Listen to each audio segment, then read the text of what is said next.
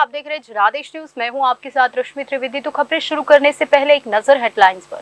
Headline के प्रायोजक है सुशीला चैरिटेबल ट्रस्ट, जहां लोक हित और विकलांग लोगों की सहायता करना ही है कर्म, जिसका एक ही नारा जनहित में योगदान कराना।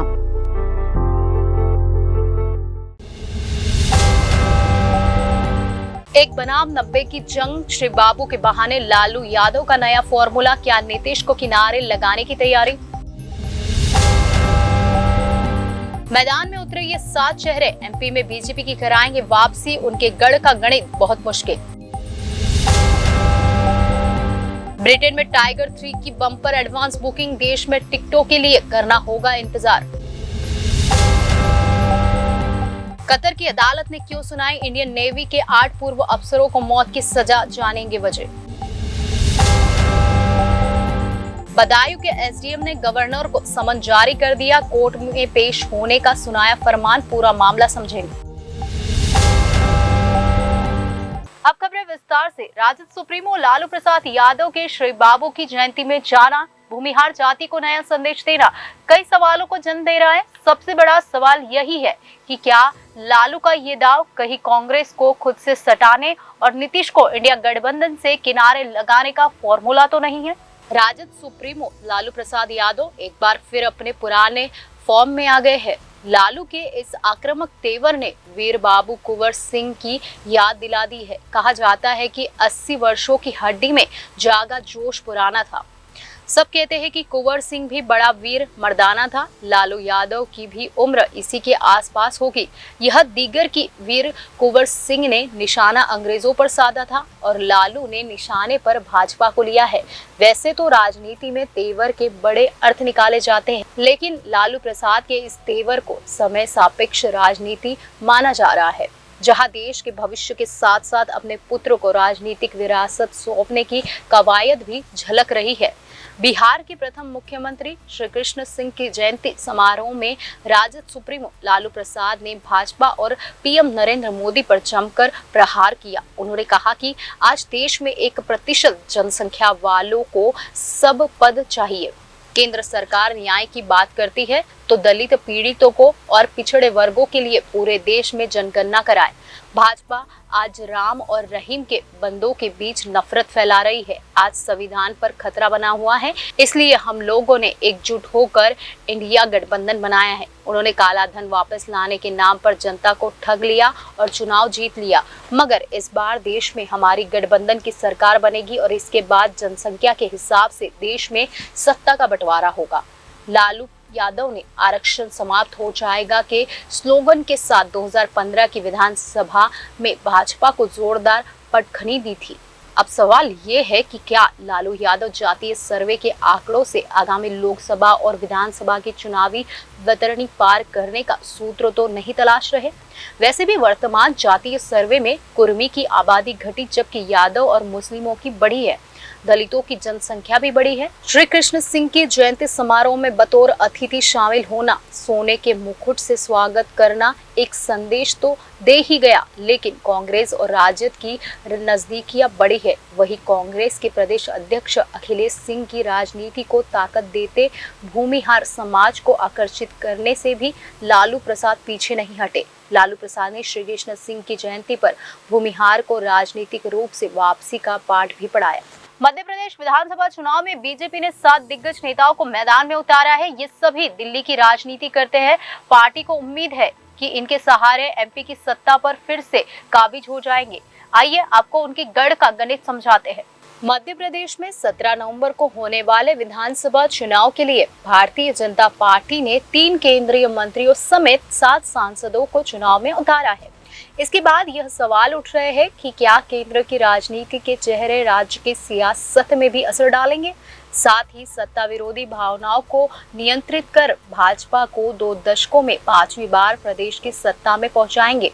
विधानसभा चुनाव के लिए 3 केंद्रीय मंत्रियों समेत 7 लोकसभा सांसदों को मैदान में उतारने के भाजपा के फैसले को प्रदेश के कुछ क्षेत्रों में अपेक्षाकृत ज्यादा असर वाले चेहरों पर भरोसा कर खुद को मजबूत करने के प्रयास की तरह देखा जा रहा है। वहीं विधानसभा चुनाव लड़ रहे 3 केंद्रीय मंत्री नरेंद्र सिंह तोमर, प्रहलाद सिंह पटेल और फग्गन सिंह कुलस्ते मुख्यमंत्री पद के संभावित दावेदारों के रूप में भी देखे जा रहे हैं। सत्तारूढ़ दल ने मौजूदा कांग्रेस विधायक संजय शुक्ला के खिलाफ इंदौर 1 विधानसभा सीट से भाजपा महासचिव कैलाश विजयवर्गीय को मैदान में उतारा है। इन्हें भी मुख्यमंत्री पद का संभावित चेहरा माना जा रहा है। किदवई के अनुसार साफ लगता है कि भाजपा की जिला इकाइयों ने तोमर, विजयवर्गीय, पटेल और सांसदों के नामों की सिफारिश टिकटों के लिए नहीं की थी। उन्होंने कहा था कि इन नेताओं को राज्य के विभिन्न क्षेत्रों में पार्टी को मजबूती देने के लिए भाजपा संसदीय बोर्ड की तरफ से चुना गया है। किदवई ने कहा कि सवाल यह है कि क्या कोई मतदाता सिर्फ इसलिए अपनी प्राथमिकता बदल देगा क्योंकि मौजूदा विधायक या स्थानीय दावेदार को नजरअंदाज कर उसकी जगह लोकसभा सदस्य को टिकट दिया गया है। इस रणनीति में संदेश अधिक लेकिन सार कम नजर आ रहा है। पूर्व राज्य भाजपा अध्यक्ष और केंद्रीय कृषि मंत्री नरेंद्र सिंह तोमर मुरैना से मौजूदा लोकसभा सांसद है। वह दीमनी विधानसभा सीट से चुनाव लड़ रहे हैं। इस सीट पर कांग्रेस ने एक बार फिर मौजूदा विधायक रविंद्र सिंह तोमर को टिकट दिया है। सन 1980 के बाद से दीमनी विधानसभा सीट पर हुए 10 चुनाव में से 6 में भाजपा जीती। हालांकि पार्टी मुरैना जिले की सीट पर एक उपचुनाव सहित पिछले सभी चुनाव हार गई। मुरैना लोकसभा क्षेत्र के अंतर्गत आने वाली 8 विधानसभा क्षेत्रों में 2018 के चुनाव में कांग्रेस ने 7 और भाजपा ने सिर्फ 1 सीट जीती थी। बाद में भाजपा ने उपचुनाव में विपक्षी दल से 1 सीट छीन ली। ग्वालियर स्थित जिवाजी विद्यालय के पत्रकारिता विभाग के प्रोफेसर भुवनेश सिंह तोमर ने कहा कि पिछले चुनाव में ग्वालियर चंबल क्षेत्र में भाजपा के खिलाफ सत्ता विरोधी लहर थी और इस बार भी स्थिति लगभग वैसी है। वनेश तोमर ने कहा कि ऐसा करके भाजपा अपने चुनावी लाभ को अधिकतम करने की कोशिश कर रही है। उन्होंने कहा कि माना जाता है कि मतदाताओं के बीच यह धारणा बनाने के लिए केंद्रीय मंत्री को मैदान में उतारा गया है, वह मुख्यमंत्री बन सकते हैं। हालांकि अंतिम परिणाम भाजपा की प्रमुख महिला कल्याण योजना लाडली बहना से उत्पन्न सद्भावना को वोटों में परिवर्तित करने की क्षमता पर भी निर्भर करेगा।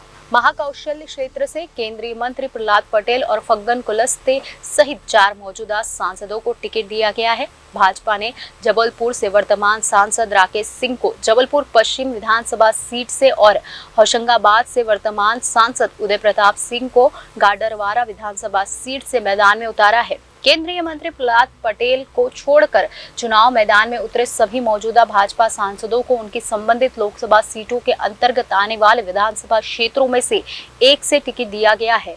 दमोह से मौजूदा लोकसभा सांसद प्रहलाद पटेल नरसिंहपुर से मैदान में है, जो होशंगाबाद संसदीय सीट के अंतर्गत आता है। नरसिंहपुर विधानसभा सीट का प्रतिनिधित्व वर्तमान में प्रहलाद पटेल के छोटे भाई जालम सिंह पटेल करते हैं। कांग्रेस ने केंद्रीय मंत्री के खिलाफ लाखन सिंह पटेल को मैदान में उतारा है, जिन्हें 2018 में जालम सिंह पटेल ने हराया था। मंडला यानी एसटी संसदीय सीट से मौजूदा लोकसभा सांसद फग्गन सिंह कुलस्ते निवास विधानसभा सीट से चुनाव लड़ रहे हैं, जो उनके संसदीय क्षेत्र के अंतर्गत आती है। केंद्रीय मंत्री ने 1990 में कांग्रेस से निवास सीट छीन ली, लेकिन 1993 में अगले विधानसभा चुनाव में वह हार गए। सन 2003 के बाद से फग्गन कुलस्ते के भाई रामप्यारे कुलस्ते ने 3 बार यह सीट जीती, लेकिन 2018 में वह हार गए। अब केंद्रीय मंत्री का मुकाबला कांग्रेस के उम्मीदवार चैन सिंह वरखेड़े से है। आदिवासी बहुल मंडला लोकसभा सीट के अंतर्गत आने वाले 8 विधानसभा क्षेत्रों में से 6 कांग्रेस के पास है, जबकि 2 पर भाजपा का कब्जा है। प्रदेश भाजपा के पूर्व अध्यक्ष और मौजूदा सांसद राकेश सिंह अपना पहला विधानसभा चुनाव जबलपुर यानी पश्चिम से लड़ रहे हैं, जो 1990 तक कांग्रेस का गढ़ था। राकेश सिंह का मुकाबला 2 बार के कांग्रेस विधायक तरुण भनोट से है, जो कमलनाथ सरकार के यानी दिसंबर 2018 से मार्च 2020 तक वित्त मंत्री थे। भगवा पार्टी पहली बार जबलपुर पश्चिम से जीती। अब 1990 में भाजपा अध्यक्ष जेपी नड्डा की सास जयश्री बनर्जी के कांग्रेस से यह सीट छीन ली।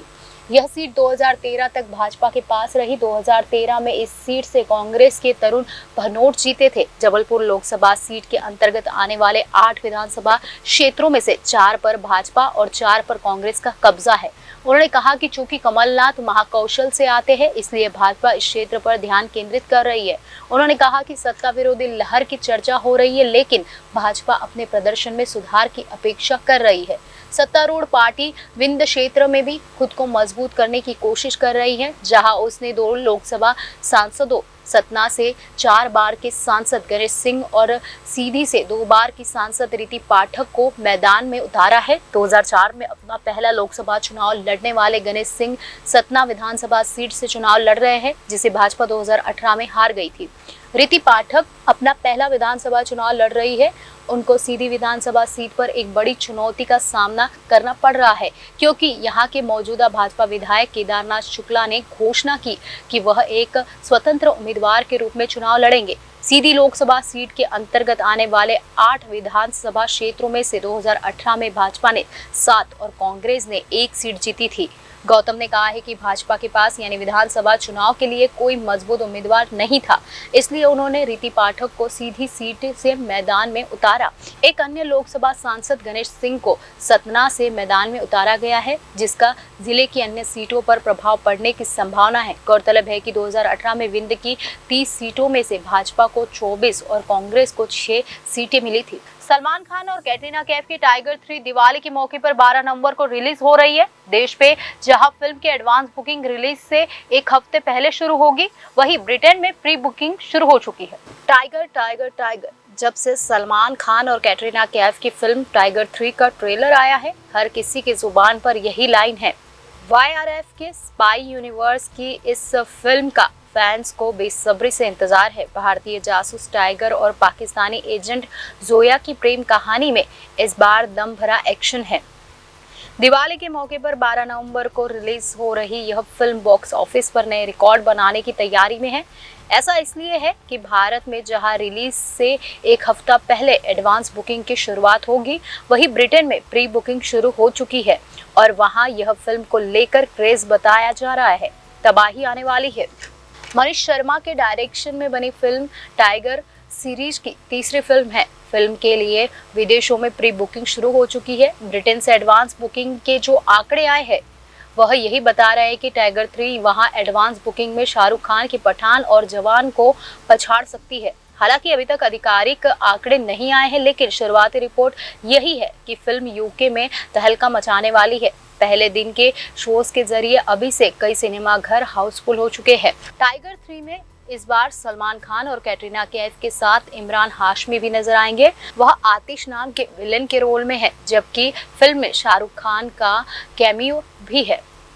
ट्रेड एनालिस्ट तरन आदर्श के मुताबिक टाइगर 3 का रन टाइम 2 घंटे 35 मिनट का है। भारत में फिल्म की एडवांस बुकिंग 5 नवंबर से शुरू हो जाएगी, यानी फिल्म की रिलीज से ठीक 1 हफ्ते पहले। देश में एडवांस बुकिंग से सबसे अधिक कमाई करने वाली बॉलीवुड फिल्म शाहरुख खान की जवान है, जिसके 15.78 लाख टिकट बिके थे, जबकि पठान के 10.81 लाख टिकट की एडवांस बुकिंग हुई थी।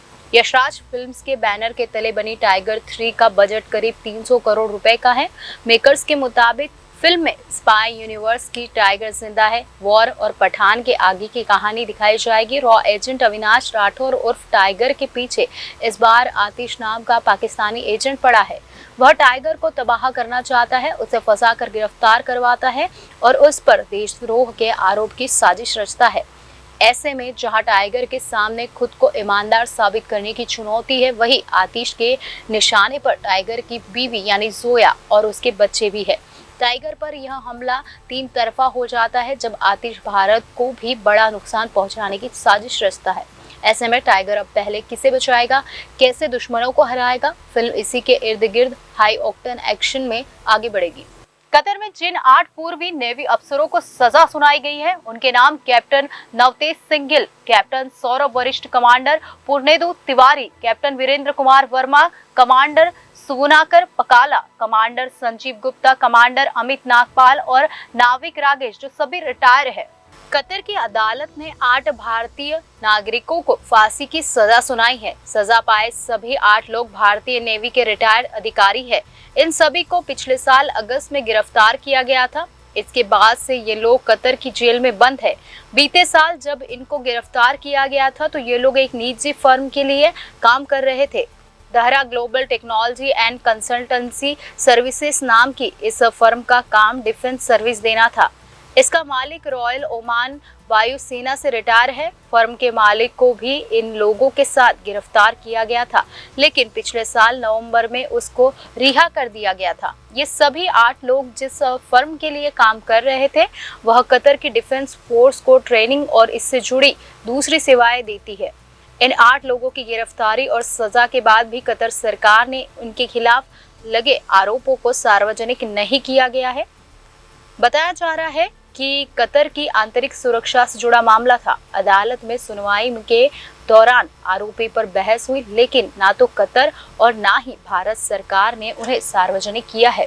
इन सभी 8 पूर्वी नेवी अधिकारियों को 30 अगस्त 2022 की रात में गिरफ्तार किया गया। गिरफ्तारी के बाद से इन लोगों को काफी समय तक अलग जेल में रखा गया। भारतीय दूतावास को भी आधा सितंबर गुजरने के बाद इनकी गिरफ्तारी की जानकारी मिली। 30 सितंबर को इनको अपने परिजनों से बात करने की इजाजत मिली। इसके बाद ट्रायल में भी देरी की गई। करीब 8 महीने के बाद इस 29 मार्च को ट्रायल शुरू हुआ। 7 महीने तक चली सुनवाई के बाद सभी 8 लोगों को मौत की सजा का ऐलान कर दिया गया। कतर और भारत सरकार ने आरोपों का खुलासा नहीं किया है, लेकिन मीडिया रिपोर्ट्स के मुताबिक इससे जुड़ा बड़ा दावा सामने आया है। मीडिया रिपोर्ट्स के मुताबिक इन लोगों को कतर की एडवांस पनडुब्बियों के बारे में इजराइल के लिए जासूसी करने के मामले में सजा हुई है।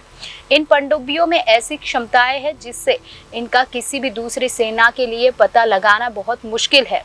इनको कतर की नेवी के लिए बहुत अहम माना जाता है। कुछ मीडिया रिपोर्ट्स में ये भी दावा किया गया है कि जिस फर्म के लिए ये लोग काम कर रहे थे उनकी प्रतिद्वंदी एक दूसरी कंपनी का इस पूरे मामले में हाथ हो सकता है। भारत सरकार की ओर से इन पूर्व नौसेना कर्मियों को हर संभव कानूनी मदद दिए जाने की बात हो रही है।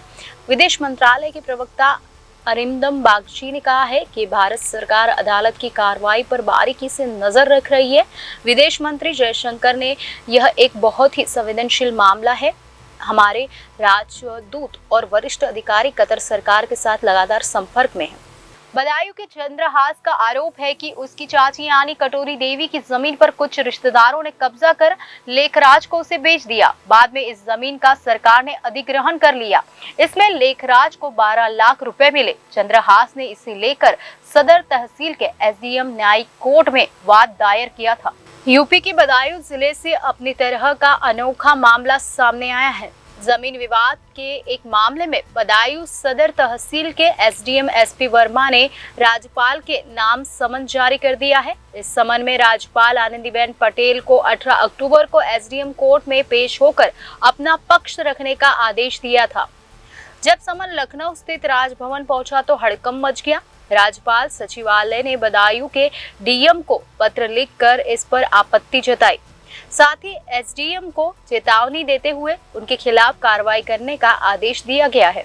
जानकारी के मुताबिक सिविल लाइन थाना क्षेत्र के गांव लोडा बहेड़ी निवासी चंद्रहास ने सदर तहसील के एसडीएम न्यायिक कोर्ट में एक वाद दायर किया था। इसमें लेखराज पीडब्ल्यूडी के अधिकारी और राज्यपाल को पक्षकार बनाया गया था। चंद्रहास का आरोप था कि उसकी चाची कटोरी देवी की जमीन कुछ रिश्तेदारों ने अपने नाम करा ली है।